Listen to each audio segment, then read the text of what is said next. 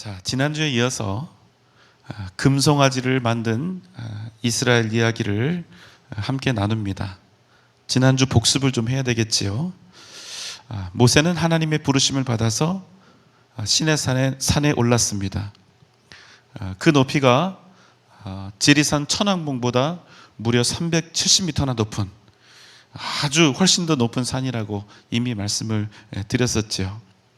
그런데 그 높은 산, 짙은 구름 속 맹렬한 불 속에 들어간 모세가 40일 가까이 생사가 확인되지 않자 이스라엘 진영에서는 이 백성들 속에서 큰 동요가 일어나기 시작했습니다. 출애굽기 32장 1절의 말씀입니다.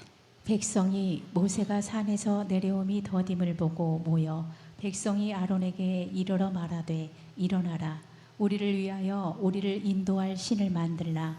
이 모세 곧 우리를 애굽 땅에서 인도하여 낸 사람은 어찌 되었는지 알지 못함이니라.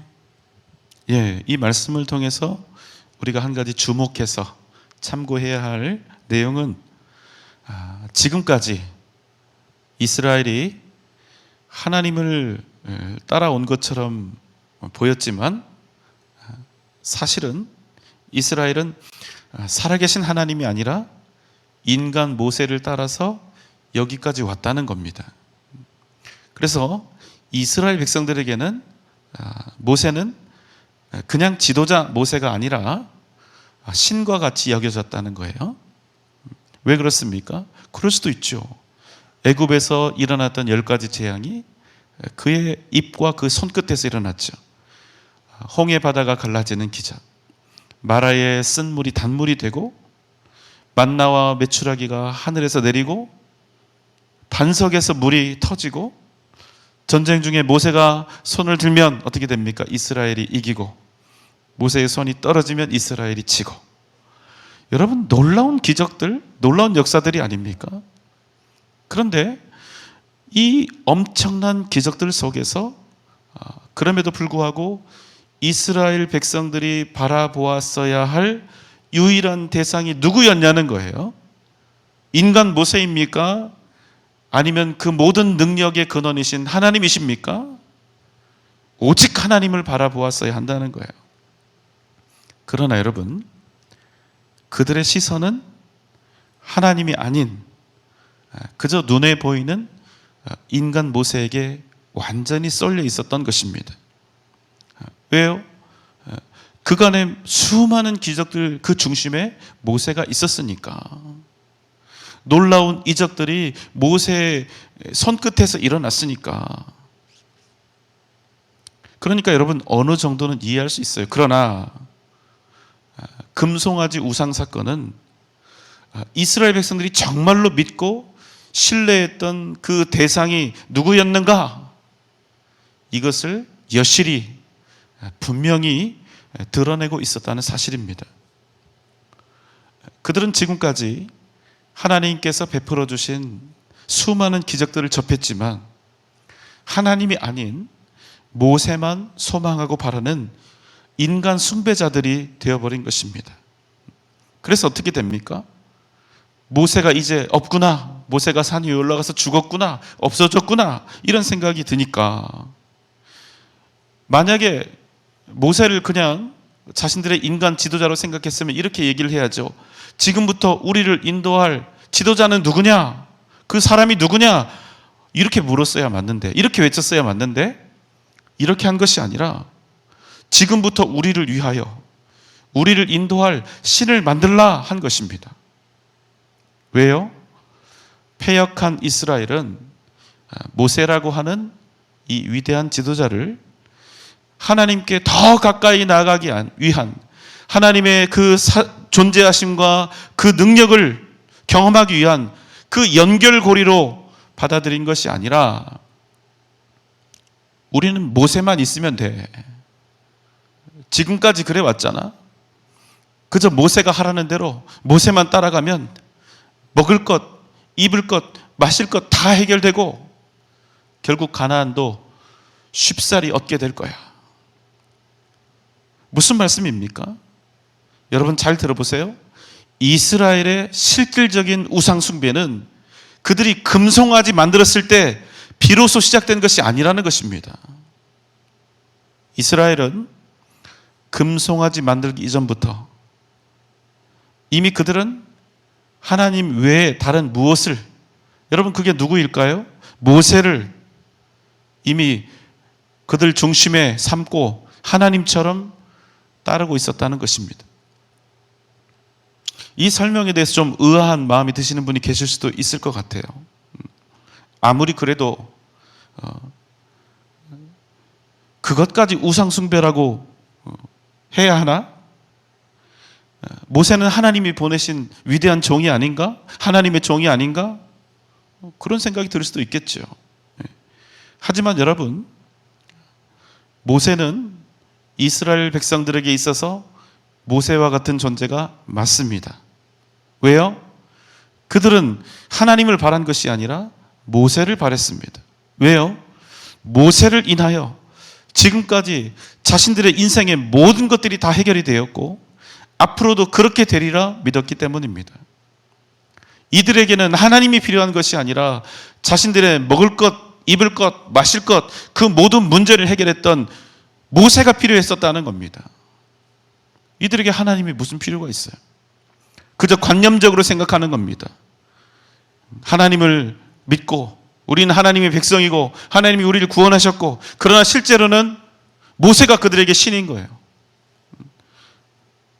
모세가 없으면 이제 우리를 위해서 우리를 인도할 신이 필요했던 겁니다. 실제로는 모세만 있으면 다 끝난다 이렇게 생각했던 거죠. 이러한 이유로 그들은 모세의 빈자리를 뭘로 채우려고 했습니까?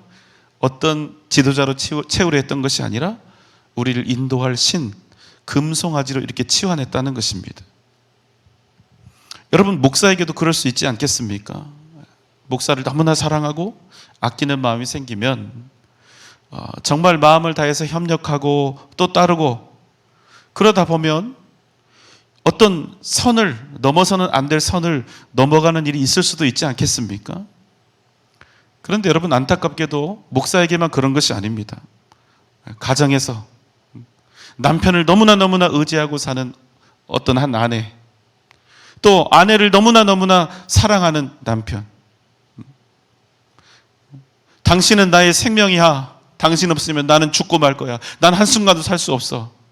물론 거짓말이 많지만 사랑하는 연인들, 또 나는 이 자식 없으면 난 살지 못한다, 이 자식은 나에게 생명과 같다. 자식에게 자기 인생 다 걸고 자식만 생각하면서 산 부모는 얼마든지 자식에 대해서 그럴 수 있다는 겁니다. 너무나 우리가 사람을 사랑하고 너무 극진하게 대한 사람도 얼마든지 우리의 인생을 움직일 수 있는, 좌지우지할 수 있는 우상이 충분히 될 수 있다. 만약에 우리에게 진짜 우상이 있다면 남편, 아내, 사랑하는 사람, 자식, 그 외에 어떤 다른 대상이 될 수도 있겠고, 또 누군가에게는 돈이나 명예가 될 수도 있겠죠. 정말 그것들이 우리에게 우상화되어 있다면 그것 없이는 못 살아, 당신 없으면 못 살아. 만약에 그렇다면 우리가 아무리 이 순간 여호와 하나님, 주님 예수 그리스도의 그 이름을 높이 부르고 있다 할지라도, 그분을 향하여 온 마음을 다하여 찬양하고 있다 할지라도, 우리에게서 진짜 하나님은 충분히 다른 데 있을 수 있다. 여러분, 무슨 말씀입니까? 우리는 금송아지 만든 적이 없어요. 우리가 그렇다고 불상 앞에 가 절을 합니까? 아니요. 그러나 그런 거 하나도 하지 않았어도 만약 우리가 하나님 외에 다른 무엇인가를 더 의지하고 있다면, 더 신뢰하고 있다면, 더 사랑하고 있다면, 하나님 없이는 살아도 그 사람 없으면 살지 못한다, 이런 마음이 중심에 있다면 하나님이 아니라 그가, 그 사람이, 그것이 우리 진짜 하나님이 되어 있다는 것입니다. 그럼 여러분, 어떤 상황이 벌어질까요? 괜찮아 보일 뿐이에요. 뭐 주일에 예배 잘 드리고 꼬박꼬박 나름 할 거 하고 성경도 읽고 큐티도 하고 기도도 하고 괜찮아 보일 뿐입니다. 건전하고 올바르게 믿음 생활을 하는 것처럼 보일 뿐이지, 여러분, 우리에게 하나님 외에 진짜 다른 우상이 있다면 우린 이미 가려지고 숨겨진 그 우상 숭배의 성향과 마음을 얼마든지 우리 일상에서 금송아지로 드러낼 수가 있다는 겁니다. 언제요? 내가 내 생명처럼 여기고 내 평생 믿고 살았던 남편과 하나님을 저울질해야 할 때, 그러면 그 남편 금송아지 되는 겁니다. 그 자식 금송아지 되는 겁니다. 그래서 하나님이 이렇게 말씀을 하셨죠. 잘 보세요. 출애굽기 32장 7절입니다. 여호와께서 모세에게 이르시되 너는 내려가라. 내가 애굽 땅에서 인도하여 낸 내 백성이 부패하였도다. 너는 내려가라. 하나님 당신께서 구원해 내신 당신의 백성이 부패하였도다. 이래야 맞죠. 왜? 이스라엘 백성은 하나님의 백성이니까. 그런데 뭐라고 합니까? 너는 내려가라. 네가 애굽 땅에서 인도하여 낸 네 백성, 하나님의 백성이 아니라 네 백성이 부패하였다, 이렇게 얘기하는 겁니다. 왜요? 이미 그들은 하나님의 백성이 아니길, 이미 하나님의 백성이길 다 포기한 거니까, 다 버린 거니까. 시내산 위에서 모세에게 십계명과 율법을 수요하고 계셨던 하나님은 산 밑에서 일어나고 있는 이 모든 일들을 다 보고 계셨던 겁니다. 그리고 그들에게 진노하셨습니다. 출애굽기 32장 8절로 10절의 요약입니다. 그들이 내가 그들에게 명령한 길을 속히 떠나 자기를 위하여 송아지를 부어 만들고 그것을 예배하며 이는 너희를 애굽 땅에서 인도하여 낸 너희 신이라 하였도다. 여호와께서 또 모세에게 이르시되 내가 하는 대로 두라. 내가 그들에게 진노하여 그들을 진멸하고 너는 큰 나라가 되게 하리라. 하나님께서 뭐라고 말씀하시느냐? 이스라엘 백성들을 다 진멸해 버리겠다고 말씀하시는 거예요. 그러니까 모세가 하나님 앞에서 납작 엎드려서 애타게 이렇게 간청하는 겁니다. 이스라엘 백성들을 위해서 중보하는 거예요. 하나님, 제발 당신의 뜻을 돌이켜 당신의 백성들, 내 백성이 아니라 당신의 백성들, 주의 백성들에게 제발 화를 내리지 마옵소서. 주님께서 아브라함과 이삭과 이스라엘에게 하셨던 그 약속, 내가 너희 자손을 하늘의 뭇별처럼 많게 하고 내가 너에게 허락한 그 땅을 너와 내 자손들에게 영원히 주리라 하셨던 그 일을 잊지 마옵소서. 하나님께서 모세의 그 간절히 청하는 그 외침을 들으신 겁니다. 그리고 그 뜻을 돌이키셨어요. 하나님께서 모세에게 십계명 돌판에 다 이제 십계명도 새겨주시고 이제 율법도 다 알려주셨어요. 이제 모세가 양손에 커다란 이 십계명 판 2개를 들고 안고 내려옵니다. 중턱에서 기다리던 사람이 있죠. 여호수아가 있습니다. 모세를 기다리던 여호수아가 산 안에서 시끄럽게 들리는 소리를 들은 거예요. 백성들의 소리를 들으면서 이렇게 모세에게 말합니다.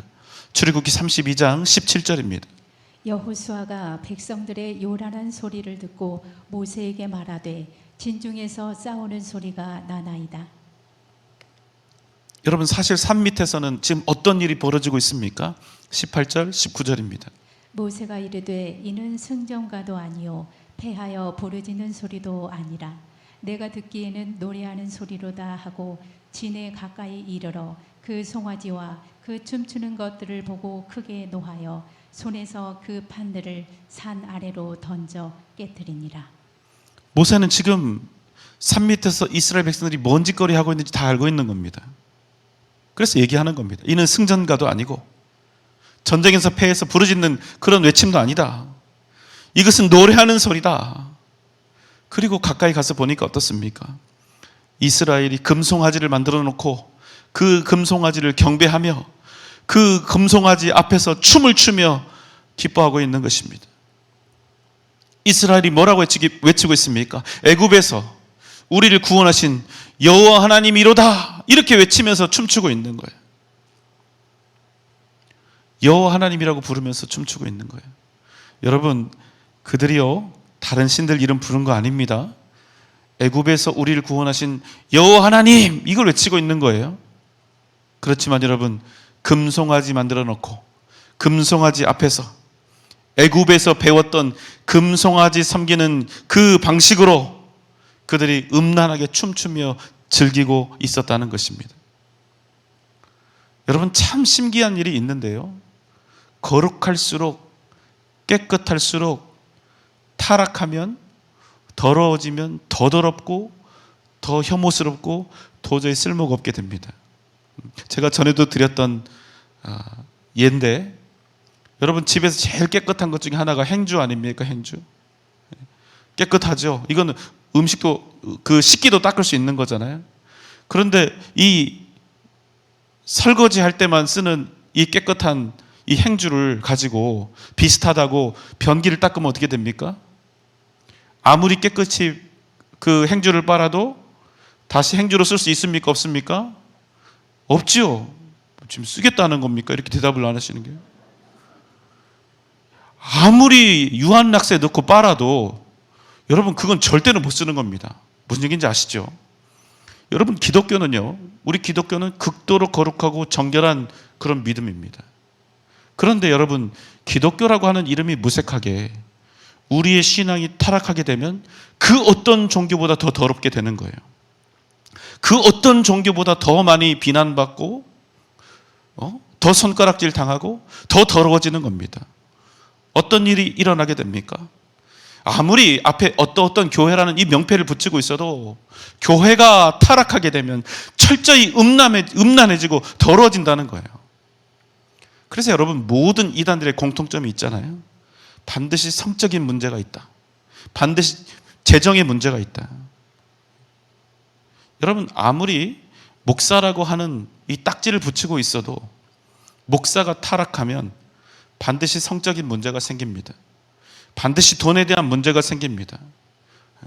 그래서 이 땅에서 가장 더럽고 추악한 그런 사람이 됩니다. 그런 더럽고 추한 목사가 이 강단에 서서 아무리 정의를 외치고 복음을 외친다 한들, 여러분, 그게 뭐가 되겠어요? 여러분, 그렇게 되면 이 강단은 목사의 개인 밥벌이가 되는 것이고 이 세상에서 가장 더럽고 위선적인 행태가 되는 겁니다. 왜요? 이미 그 목사는 하나님보다 자기 욕망 채우는 일, 하나님보다 돈을 더 욕심내는 것, 그 일을 행한 것인데, 그것은 이미 하나님보다 자기의 우상인 재물과 탐욕을 이미 우상으로서 섬기고 있었다, 그 증거가 되기 때문입니다. 그래서 여러분, 아무리 주여 주여 하면서 이 앞에서 데시벨을 높여도, 아무리 성경 말씀에 있는 진리를 외쳐도 자신이 하나님보다 이 더러운 욕구를, 또 돈을 더 사랑하고 있다는 사실을 부인할 수가 없는 겁니다. 안타깝게도 목사만 그런 게 아닙니다. 목사만 그런 게 아니에요. 우리 모든 성도들도 마찬가지입니다.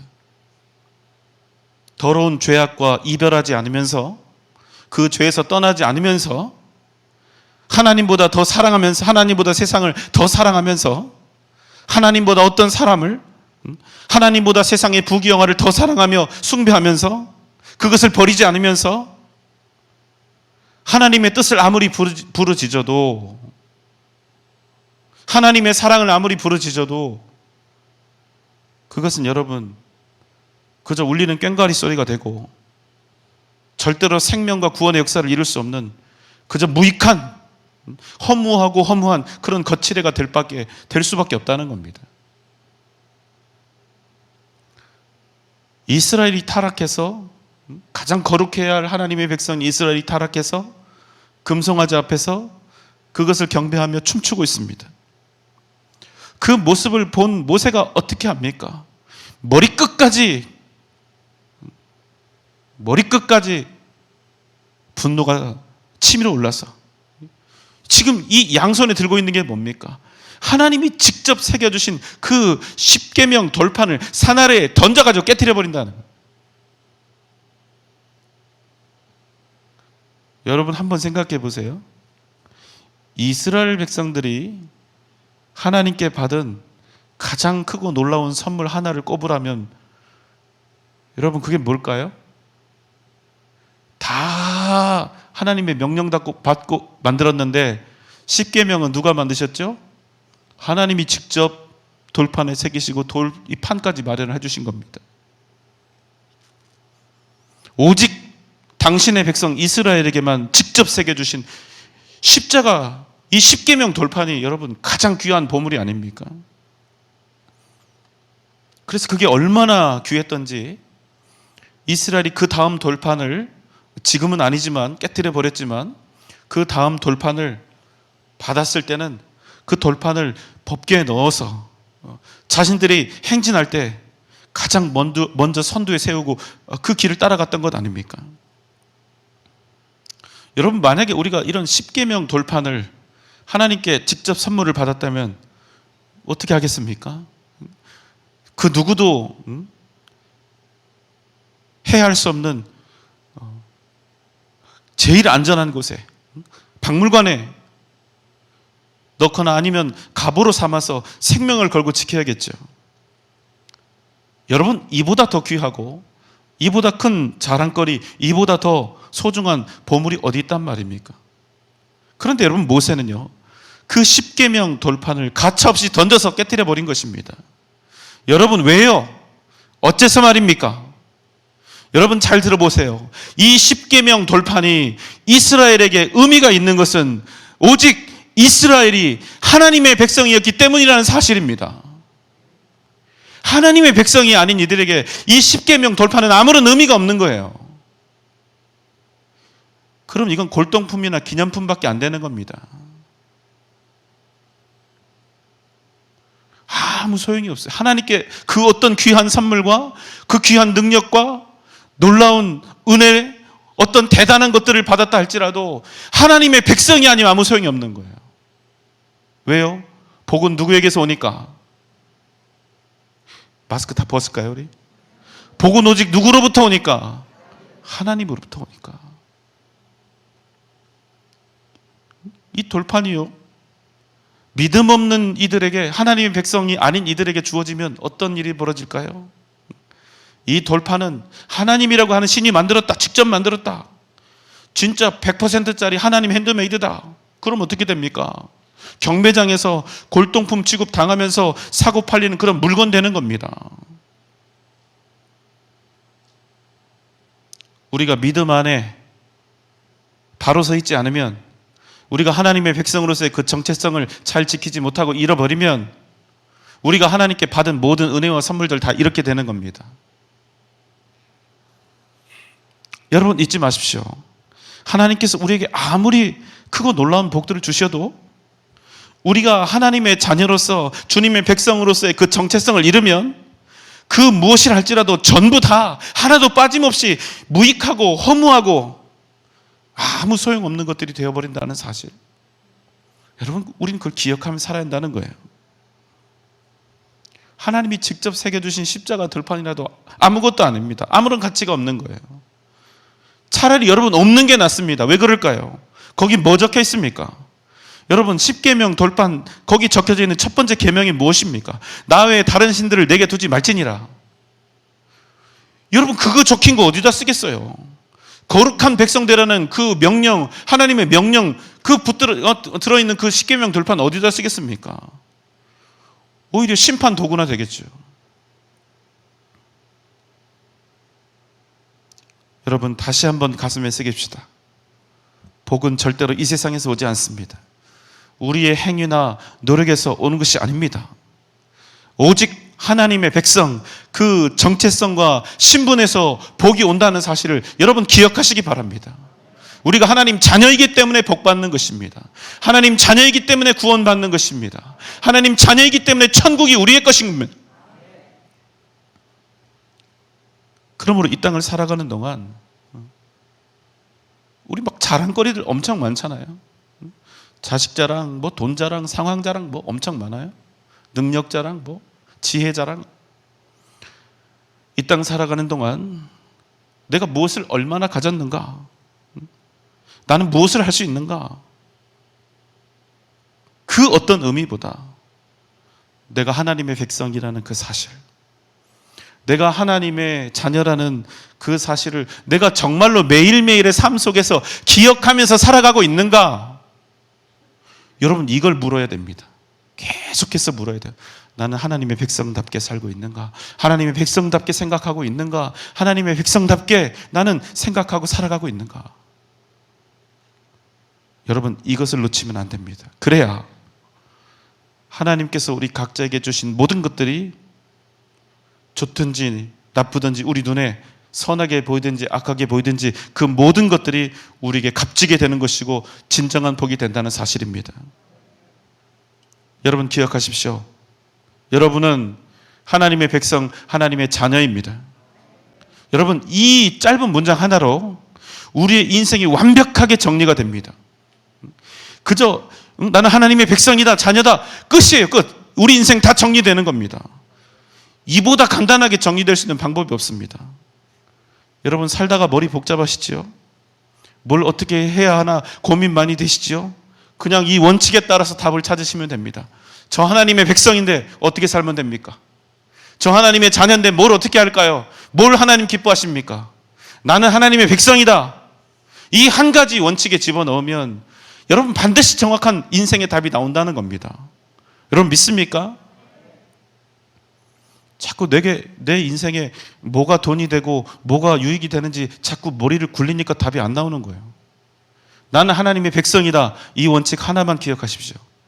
그러면 우리 인생은 하나님의 선하신 뜻 가운데서 하나님이 주시는 승리와 영광을 향해 반드시 나가게 된다는 사실입니다. 여러분, 날마다 기도합시다. 하나님, 우리에게 은혜를 주시옵소서. 하나님, 이 땅에서도 우리가 믿지 않는 사람들에게 뒤처지거나 손가락질 받지 않도록 우리를 더 크고 위대한 그런 사람들로 이 땅에서 세워 주시옵소서. 그러나 여러분, 그것보다 더 중요한 일이 있죠. 하나님의 백성으로서 그 정체성을 한순간도 잊지 않고 기억하며 살게 하여 주시옵소서. 이 원칙에 따라 살게 하여 주시옵소서. 여러분, 이 한 가지만이 우리에게 진정한 또 영원한 복이며 영광이 된다는 사실을 기억하시기 바랍니다. 나는 하나님의 백성이다. 여러분의 인생은 이 한 가지, 이 하나의 짧은 문장으로 하나님의 뜻과 위대한 역사를 이루어가게 될 줄 믿습니다. 하나님의 선하신 뜻 가운데서 하나님의 위대한 생명과 구원의 역사를 이루어가게 될 것입니다. 오직 이 믿음으로 세상을 향해 나아가는 복된 여러분 되시기를 주님의 이름으로 축원합니다.